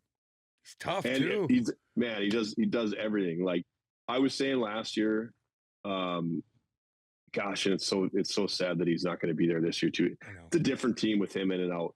Like when they won the cup, when he was gone for a bit before playoffs, and he comes back, it is a different team with that guy on the roster. Oh my God. God. And I mean, there's not much better you can say about somebody, but the guy just does everything. Hey, who's the closest partner that you had, like your goaltending tandem, who you became closest with? It probably wasn't Brizgalov. Maybe it was, man. Although we had him on. Talking aliens. The Grizzly Bear. You guys had him on here? Oh, yeah. We had him. We had Sean Burke on too, man. You brought him up. Yeah. But, Berkey's awesome. yeah, we've had a bunch of goalies on. Like who? I can't imagine what the stuff that came out of Brizz's mouth. Briz, so I played with Briz in Edmonton. He would like in between periods, and I was younger. I mean, if I was older, this wouldn't bother me at all. But I was younger, and he'd be like talking to me about Russian airlines in between the first and the second period. I'm like, dude, what? What are you talking about? It's like, yeah, I wouldn't get on them. They're not safe. And I'm like, I'm not getting on a Russian airline. I'm trying to go play a period in the NHL. Like, what are you talking about right now? He's kind of right, though. I know. It's actually, He's right. It's for actually sure. good. Like, It's actually talk good, to me, good talk advice. to me at practice tomorrow. Let's bring it up tomorrow. Bring it up We can tomorrow. sit down at breakfast and talk about Russian airlines, but maybe not in between the first and second period of a hockey game. I get you, man. Hey, last thing for you. I got to ask you about Jordan Binnington, right? I mean, Mhm. on the ice, you're in San Jose. That whole situation, like, what's your opinion of him and some of the goalies that kind of have a little bit of emotion? You don't see too many goalies like that anymore, to be honest with you. You know, like, I mean, back in the day, it wasn't that This is- unusual, you know? This is a St. Louis podcast, so where do you guys want me to Not go? really. Not really. We got people all over, Yeah, man. man, we Where got do you everybody. want me to go with it? I want your honest Doesn't answer. matter. Like, what happened? What happened on the Bitter's ice? Oh, I didn't do anything. Yeah. I told him I told him to fucking beat it because he's making a fool of himself. And he's one of Liut's guys too. So He I is, mean he I don't is. know what to say. I don't know Benner well. Ton of respect for him when it comes to stopping pucks. Yeah. You know, the run that he went on is amazing, and he's still a great goalie. That's amazing. Yeah. That situation, we can go through that real quick. I didn't really know what was going on. He let in a couple shitburgers and got pulled. And in San Jose, just like we were talking earlier with Hartford, he's got to go all the way to like the far corner. Yeah. It's not like you just skate to your bench. He's Right. got to go all the way to the far corner, which was by me. Mm-hmm. And usually when there's a long break, I kind of just twirl around the zone, just kind of keep moving. And he went over, and I think it was Shimek that he went after for who knows what reason, just because he happened to be the guy standing there. Kind of mix it up a little bit. The bench wasn't a big deal. I saw it, kind of knew Binnington likes to do that, so who cares?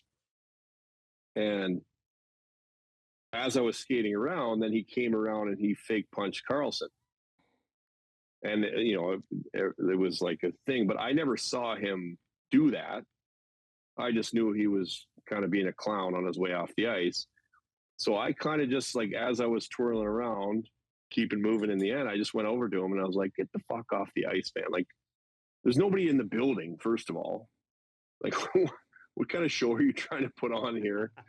And then so he tries to whack me in the back of the leg. And I kind of shoved him. I'm like, and then I thought we were going. I was like, okay, here we go. Like there's only a few guys that I would not go. Robin Leonard, Ray Emery, Oh yeah. Cam, Andy. like, but for the most part, I'm big enough that Shit, like, yeah. I'm not a fighter, but Mhm. I'm big enough that like, I'll go with somebody. I'm not going to get hurt. I wouldn't think with all the goal equipment on. So I thought we were going, and then, you know, the refs shuffle him off the ice. So my issue with what Binner does is that, to me, it's all a facade. It's all a show. So when I would get into it with guys, like you talked about the Anders Lee thing, where that he made me feel like a small child because I whacked him and he turned around with one hand and like bent me over the crossbar. And, you know, with Landeskog, like that's like, those are emotional situations for me. Like Landy I just saw 92 and snapped. Anders Lee, I don't even know if it was him, but I snapped because I thought it was a reckless play. I went to my post and somebody came across and clipped me like in the head with their leg.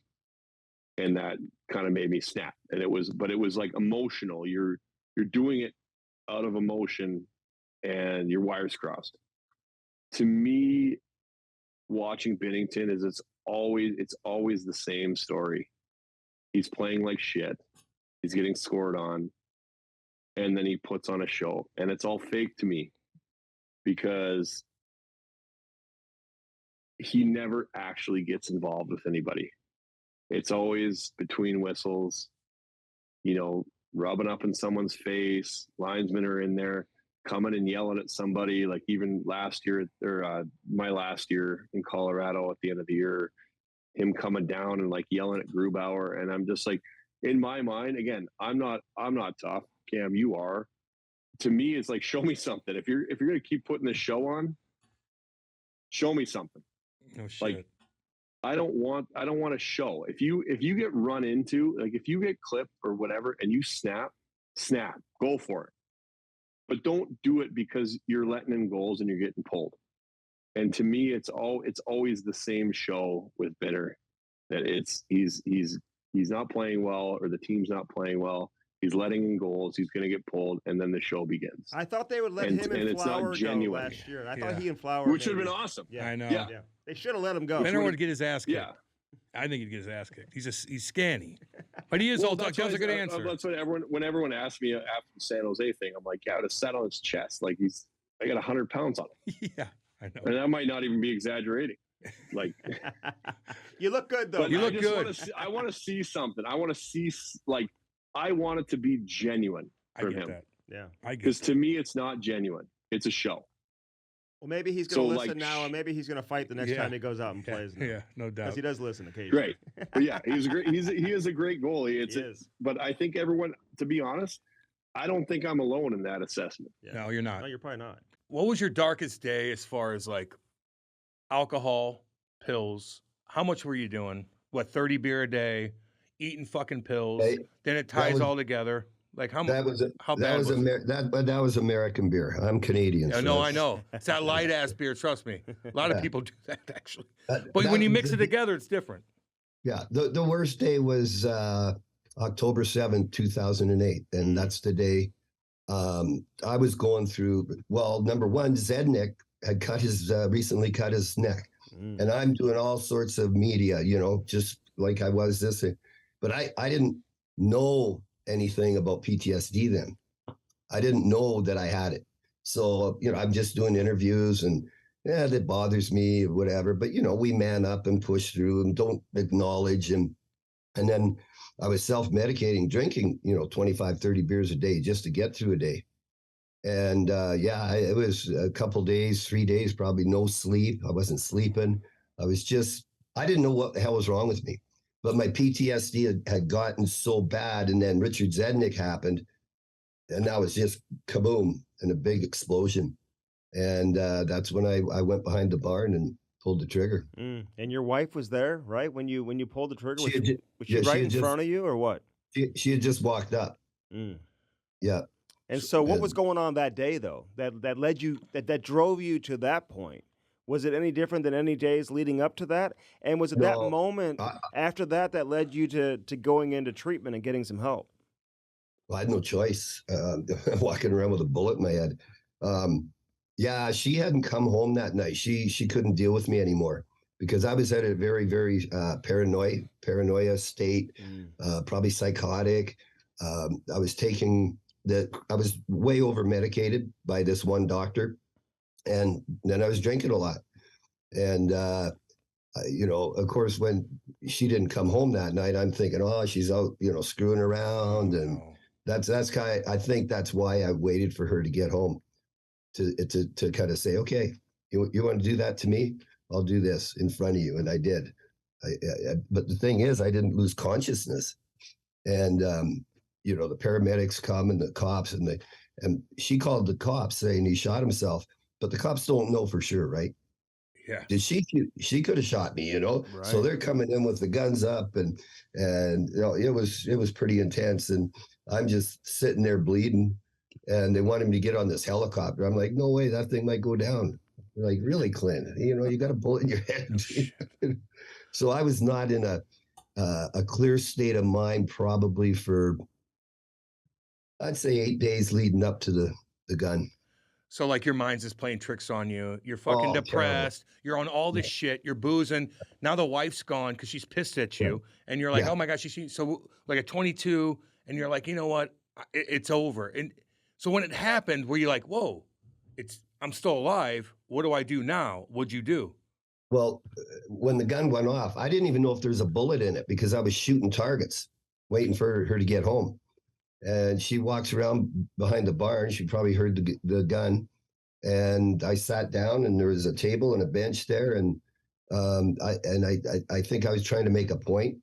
And I said, "You don't know what it's like to live in here. You don't know. You don't know." And I put the gun under my chin and pulled the trigger. And when it went off, I was like, "Okay, I should pass out. I should be dead. I should be," and I'm just standing there bleeding, totally conscious. That shit just doesn't happen every day. No. So they couldn't remove the bullet, huh? Like it's still in there today, right? Yeah. A Still reminder. there. How come they couldn't remove it? Just because it's so close to the brain, or what? Oh, yeah, too dangerous. So did it go up through your jawline and just miss everything? It went under my chin here. It deflected off 2 teeth, knocked those teeth out, went over this way, and then straight up in my sinus, missed my eye. Jeez.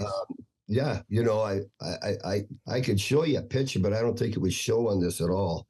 I don't know if it'd pick up, but yeah. We got great cameras in here. The guy that took the picture was my colleague, the veterinarian. He took the photo. He's like, "Here, don't do this again."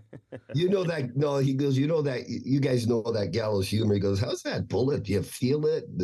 And does it rattle?" He's joking. And then he goes, "Hey, let's take an x-ray." And I said, "Okay." Yeah. And so don't know he if you- found it on the X-ray. Oh, yeah, I'll show it. Oh yeah. Dude. I don't know if you'll see it or not. Oh yeah, we see it. Hold dude. that up. Oh my God. Keep it up there. Yeah, right by your eye. Whoa, right between. It Yeah. went right between. My God. Do you think if that was a 38, it would have been something different? Yeah, Yeah. I'd be Yeah, dead. you'd be dead. It was a But 22. the thing is, the art of war, they use low caliber bullets, and then you know why? Mm. Hey, Because so you get to get 2 guys. You shoot one guy and he's not dead because it's a low caliber, and the other guy's trying to help him. You get to shoot him too. Exactly. There's a book called The Art of War, and I think that's in there. Oh hell yeah.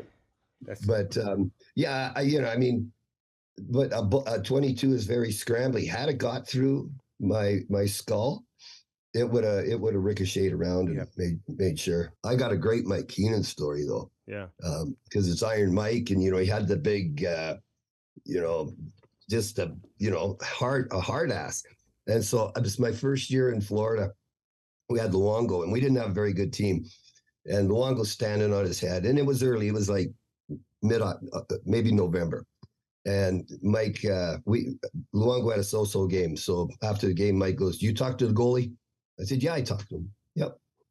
Next day at practice, "You talked to that goalie? You talked to your goalie?" I said, "Yeah, you asked me this yesterday." Later that day, "Do you talk to?" I'm like, "What is going on?" So the next game, a day and a half later, whatever it was, we're down to the Rangers 2-1. God, I know this. I even know who we're playing because I thought I was getting fired. And he comes in between periods. I'm going in the coach's office, and he goes, "Did you talk to your goalie?" And I snapped. I said, "F you, you talk to your team. This is a horseshit team. I'll worry about the goalie. He stands on his head every night and blah, blah, blah." And I just went off.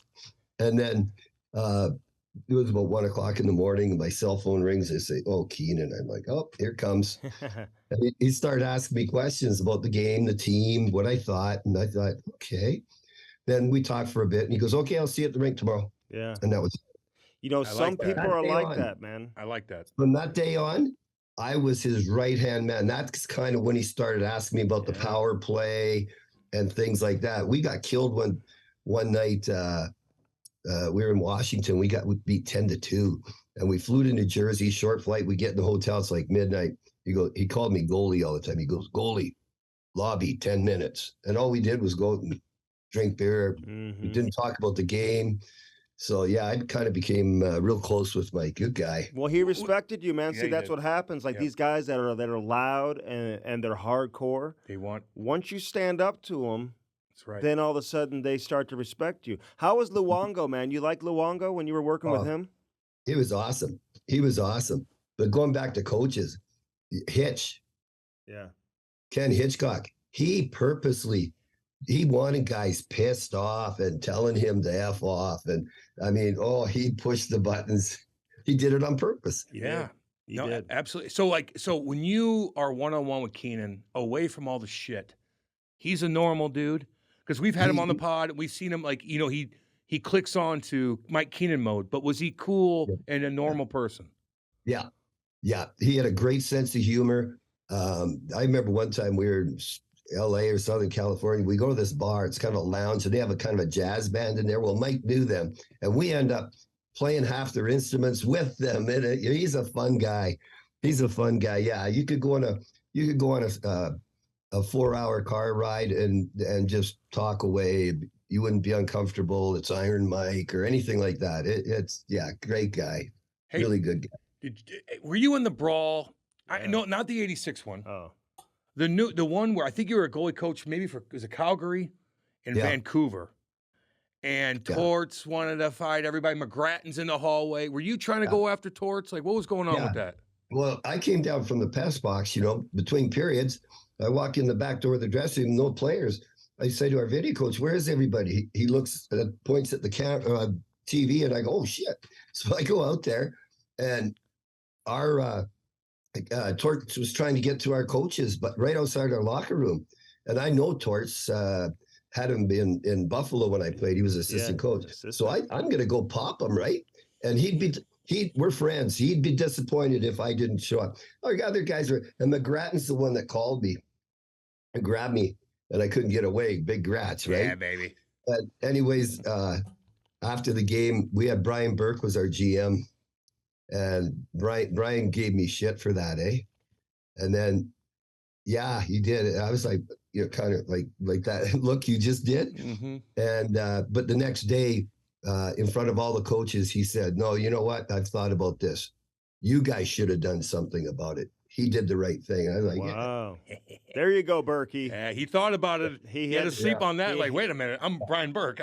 Hey, we've had a couple different people tell that story, man. Yeah, man. And we had McGrattan on who told that story too. So, and I was with the Blues. I think we went to Vancouver for the next game, and it was still being talked about. And I'm trying to envision down the tunnel how everyone could kind of get to one another. So you don't see those happen too often. But you did have Torts, man, when you were a player.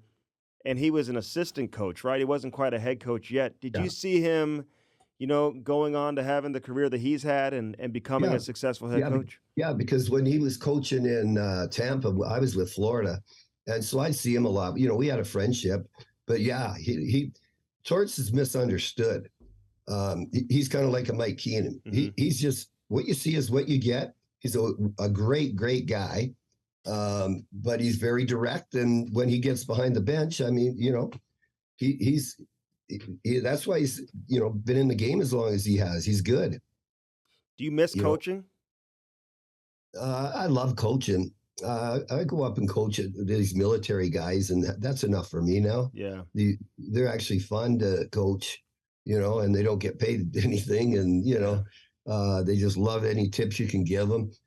Coaching? Yeah, I enjoyed coaching, but the politics and that's in everything. But it's getting worse, I guess. I don't know. Hey, looking back on it, and I know everyone has kind of made these heroic comparisons with you for coming back and playing 10 days after the injury. Right. Do you think that was smart? Do you wish you would have gone about it differently? You get bucked off a horse, you get right back on. That was my mentality. A lot of other things I had to prove to people, because everybody, the media, if he comes back, he'll never be the same, right? And you're wondering the same thing. Well, maybe I won't be. And let's see, I had to prove the management and the coaching staff, but management, because that was the end of my contract that year. Mm. So were you ever the same? I thought I was. I don't know, because I didn't know I had PTSD. Years later, I got well. Yeah, years later, but it was after my playing days. What about your first couple of games, though? And there's a lot of traffic in the crease. Bumping in you. and guys are bumping into you and pucks are loose and you're trying to scramble and try to, jump on a loose puck.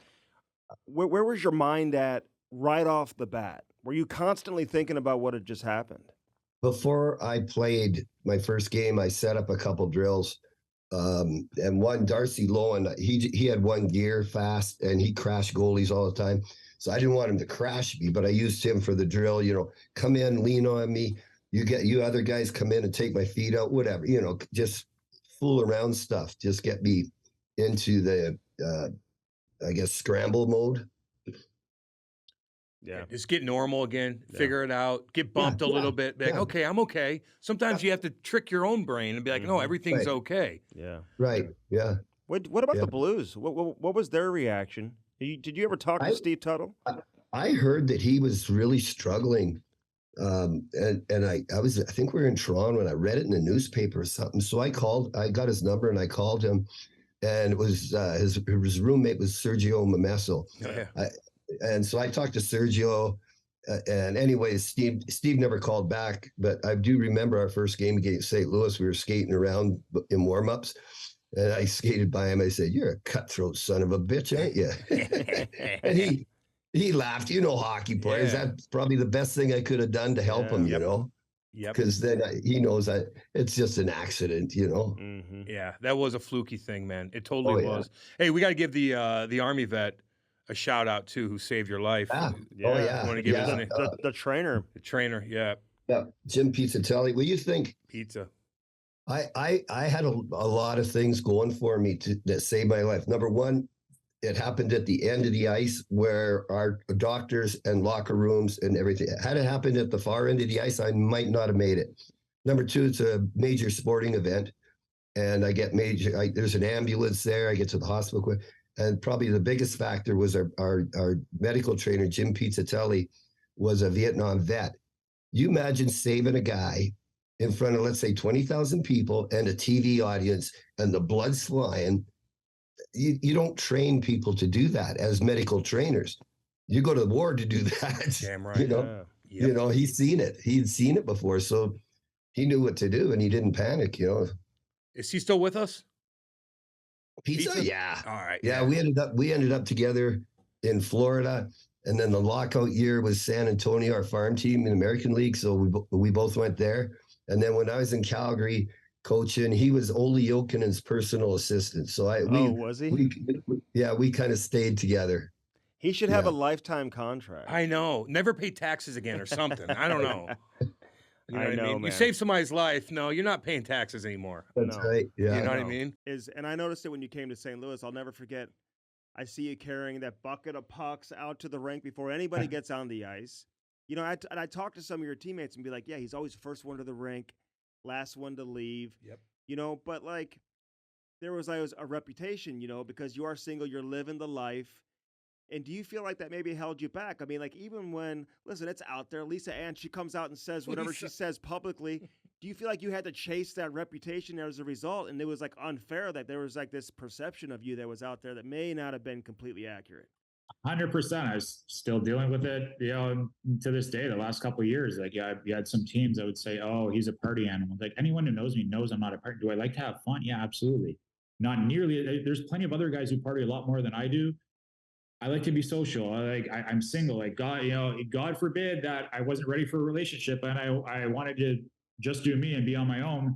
And it's like, it was thrown in my face about my marital status, which I think is so wrong.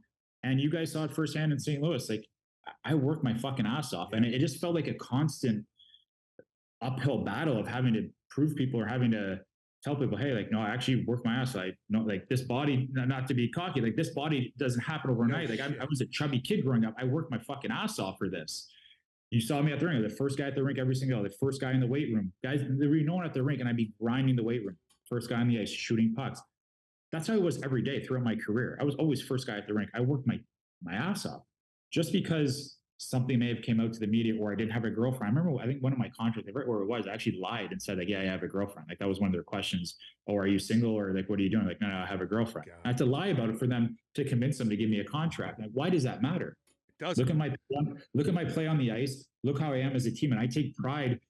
That's how I got my name on the Stanley Cup. You know, the parameters wouldn't have allowed me to have my name because of the amount of games I played. I didn't play any playoff games, but the guys appreciated the work I put in, knowing God forbid someone did get hurt, I would have been able to step in the lineup and they would have trusted me and know I was there to do the job because I worked my ass off every single day. So this uphill battle, it was fucking exhausting. It was exhausting. Just be like, man, sorry, I'm a wheel. Do I got to take my fucking shirt off and flex for you? God damn. Hey, Exactly. did any GMs or coaches ever pull you in to talk about that? Like, was it ever really an issue? No one ever said it to my face, but they would say that to my agent when we'd be negotiating contracts or whatever would be happening in the summer. No one would say it to my face because I would give them the same answer I gave you guys. Like, what's the problem that I don't have a girlfriend? If you want to sign me, if the only way you'll sign me is if I get a girlfriend, sure, I'll get one tomorrow, but I'm not going to be happy. I'm not going to be able to give you the best possible version of Michael Del Zotto on the ice. So why does that matter? I'm not doing anything wrong. I'm not doing anything that's hurting the team or hurting my play on the ice. So that's the part that bugged me the most, is just you would hear the rumblings behind the scenes or to other people and no one would address it to my face. So they were fucking cowards is really the only way to put it. And that bugged me, because if I have an issue with someone, bring it up. We can have a conversation like adults. We don't have to go through other channels and have it get back to me that way. You're like, I've got body by Dell, okay? Like, I'll take my fucking shirt off. Was that your workout group in London? Was it Body by Dell? No, it's Phil McRae tell you that one. Abs with Deli. Yeah, I'd run ab class after practice with the boys. Yeah. Were you ever close to getting married? No. Okay. So never even remotely close. You never proposed. No girl proposed to you. No. Will you marry me, Deli? I did do a wedding shoot, like a photo shoot for a wedding magazine, and there's pictures online. I can't tell you how many girls like, oh, I didn't know you were married. You're a scumbag. Like, no. It was just for a photo shoot. Yeah, you're a scumbag. No problem. No. Yeah, so getting called out about a photo shoot. You're a scumbag. Like, all right. It wasn't like, no, this was a photo shoot. Like, that was the end of the conversation. I'm telling you, this probably happened 5-6 times. Like, all right, there goes that one. I just saw you last night. You're a scumbag. Yeah, exactly. What about Nashville? Like, did you just miss when Nashville became what it is today? Yeah, unfortunately, there was nothing there. I go from New York City to Nashville. There was nothing there. There was Broadway. I hate country music. There was nothing else going on. The Gulch wasn't what it is now. There wasn't, the W Hotel, the One Hotel, the JW Marriott. All those big chains were not there. So it was a bit of a letdown, I guess, to put it nicely. Yeah. Really? What about living in Anaheim? Like West Coast versus East Coast, and Vancouver, man, being up there, obviously it's the Pacific Northwest, but it's a Canadian city. Like, did you feel like different in that market, being in a Canadian city versus some of these other ones you played in? That's a tough market, man. That's a really tough market. Like, everyone talks about the Torontos and the Montreals of Canada. Vancouver is a very tough market. Great place to play until the winter hits and you go 3 weeks with no sun. Then it's depressing. It's brutal. Anaheim, for me, what a amazing place to live. The happiest I'd ever been. I was like 3 blocks from the beach every morning. I'd wake up, have my coffee, go for an ocean dip, and then I'd go to the rink. And I was, I think, like one of the only single guys, maybe 2 single guys on that team. Most of the guys were young. So every day after practice, I'd either go to the beach, I'd play tennis, or I'd play golf. And it was just, it was the best lifestyle, not the best organization to play for, very cheap, and just geographically not a great setup there. The rink is probably like 45 minutes from the beach. So if you're driving there during rush hour to get there for a game, it could take you an hour. There's a curfew at the airport there. So because we're located, other than maybe LA, anytime you're coming back from a road game, you have to fly into LAX, and then from there either bus or Uber back. So it's another, say you get home at 3 a.m, you're taking a 45-minute Uber to get home. Yeah. That gets old really fast. Yeah, a tax on big time. Okay, say you got drafted. Say you're the big dog. You're Connor Bedard, whatever. You're Del Zotto, but you're fucking killing it. And all of a sudden you get drafted this year. Like, what would be your ideal team besides the Rangers? What would be your ideal team? Probably somewhere in the U.S., right? But where would it be and why? I would say Vegas. The team is great. Okay. The suburbs are amazing to live. The weather is relatively mild in the winter time. Yep. The owner is phenomenal. Gives the players whatever they want. Yeah. You have a chance to win every single year. And that division's not great either. So to me, and state tax. Yep. So to me, it kind of checks off every box. What about Dallas? Dallas, another great one. Yeah, I love Dallas. That's in my top 5 in the league for sure. And Dallas is the Miami of whatever, the Southwest, basically. You know, all the big restaurants have now gone there. Yeah. A great place. One of my good buddies, Tyler Sagan, plays there. He absolutely loves it. Oh, It's a great place to be. Hey, he didn't get allowed into the rink the other day either. Yeah, I saw that. That What was do you mean? crazy. What That was ring? crazy. What do you mean? What do I mean? they didn't let him in. They didn't let him in, Andy. He didn't have ID on him. Yeah. Oh, I heard He's that. got a tendency to lose things. Yeah. He probably lost his ID. Hasn't had it for 6 months, and he's Let him in. Weren't you guys roommates? Didn't you live together? Yeah, we did for 2 years in Toronto. We lived together and trained together. Oh God. Awesome. So, like, what was that like? I mean, is he still single too, or what? No, he got married this summer. Actually, he got married in Bahamas this summer. Yeah, we had a great time there. We had a great time. I had pretty much half the wedding. My shirt was off. Yeah. Oh my God. God! What a beautiful man he is. Can you believe those two Yeah. living together? I know. I mean, I know, dude. and we had a great setup. We lived together downtown. We trained together, and you've seen him, like, he's a physical specimen. So it was great being in the gym together, pushing each other on the ice, pushing each other, and then we also enjoyed ourselves away from the rink. I think one summer it was like 7 or 8 weekends in a row we traveled. Like, we traveled a lot together, and we had such an amazing time. My deep partner and really good buddy in New York was Steve Eminger, whose best buddy was Gregory Campbell, who played in Boston, where Segs was, and they're like, we have to introduce these guys. Like, they'd be perfect for each other. They're both outgoing. They like to have a good time. Hell yeah. So we basically got set up on like a blind date essentially, and then we ended up living together, and we had Start dating.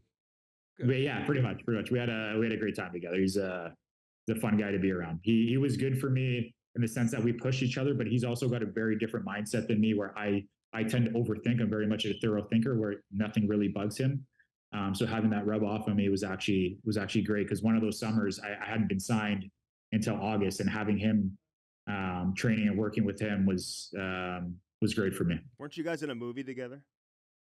Yeah, Goon too. Yeah. Oh, Like, how was that on the set? Goon too, baby.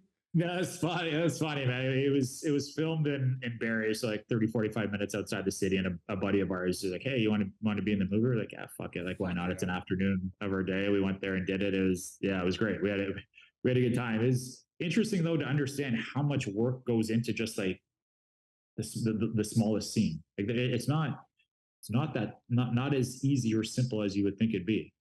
Hey, let me ask you this.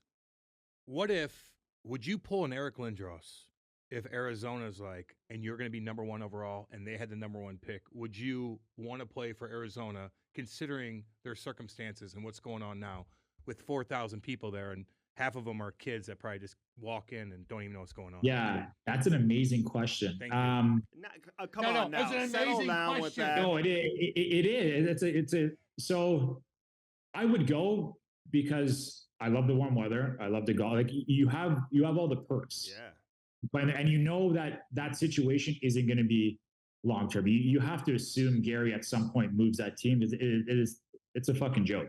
It's a joke. They're the laughing stock of professional sports, not even NHL, right? So at some point, something has to be done here. You can't keep going down this road. Unfortunately, it's already been way too long. So having that mindset that you maybe get a couple of years to enjoy it there, and then who knows, where are you? Houston, Quebec City, I don't know where. Salt Lake City. Yeah. Salt Lake City, probably not the best, as we might be demanding a trade at that point. Not for you, buddy. Not for you, buddy. Not for me at all. Not for me. Salt Lake City's actually a cool city. Not for him though. No, Let's I be know. honest. Do we need to get into it?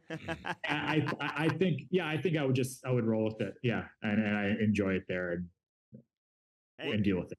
I had 3 or 4 times in my career where I thought I was done. And bear with me, because there's a few interesting stories for each one. One of them was my last year in New York. So Torts is gone. Vigneault comes in. We don't see eye to eye at all. He's very stubborn.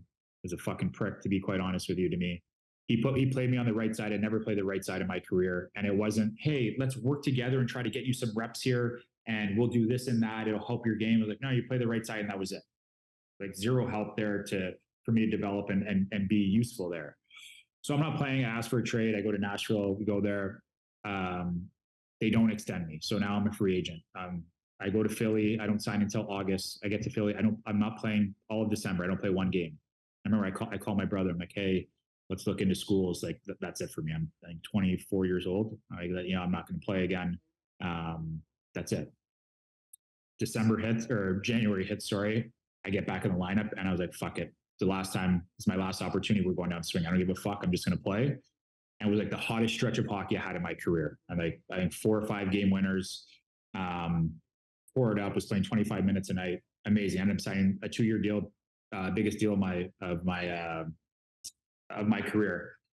Then you fast forward after the cup run, COVID hits the following year. COVID hits, and teams aren't signing veteran players because we had lost so much money the year before. Teams don't want to fork out any more money. They're just the young guys that they have signed. They're just going to bring them up and let them play and not bring any more money. So I had nothing. It's Christmas Eve. My family's at my place. I think that's it for me.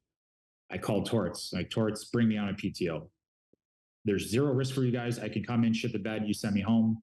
I come in and do well. We can talk. Maybe there's an opening.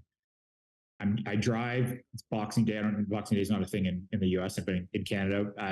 Boxing Day, 5 a.m. I leave my place in Toronto, drive through a snowstorm to get to Columbus because I have to get there in time for COVID testing. First day of camp, I'm doing Torts' test. I'm like, what the fuck am I doing here? You start the self-talk. Literally the worst training camp out there.